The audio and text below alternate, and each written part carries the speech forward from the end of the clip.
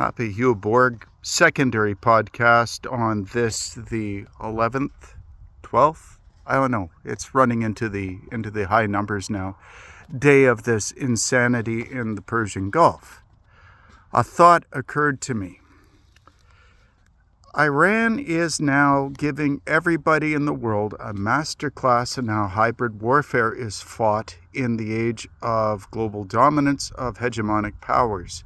We're now seeing American forces that are being absolutely having their asses handed to them by a country that is spending a fraction of the fuel and expense and weapon systems and munitions that they are. Iran is now in the driver's seat. Iran has gamed this system out. They have looked at the American threat for the last 45 years, and now we're at a point where they are able to game out exactly how to take out the United States power, how to take out Israel, how to ensure that their goals in the Middle East are achieved. United States and Israel walked into this Peter first. The attacks on things like the population centers of Tehran, the attack on the elementary school, the attacks on water desalination plants has given Iran absolute mastery over the situational environment.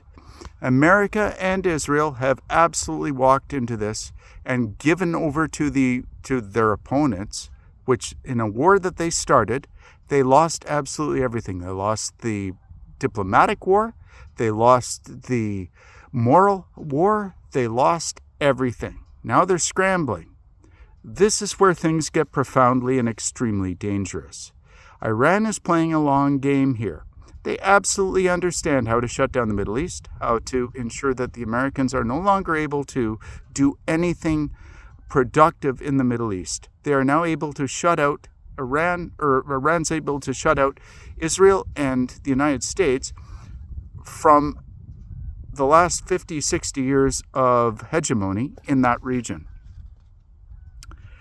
If we get through the next few days, that's only going to be because they understand how this game is played and they have solid goals and roadmaps to what they want to see as their victory. The United States and Israel are in full panic mode now.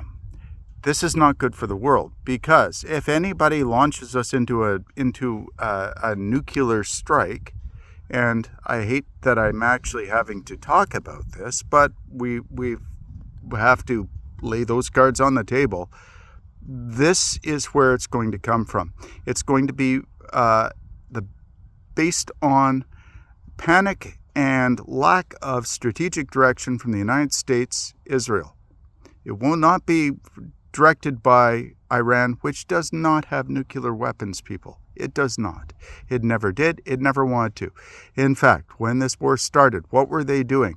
They were engaged in communications and conferencing with the United States, with Israel, in order to ensure that they had a deal. When they got close to a deal, it was the United States and Israel that said, oh my goodness, these people want to do a deal. They're willing to take our stuff and our crap and are willing to take it on the chin and work with us. We cannot allow that.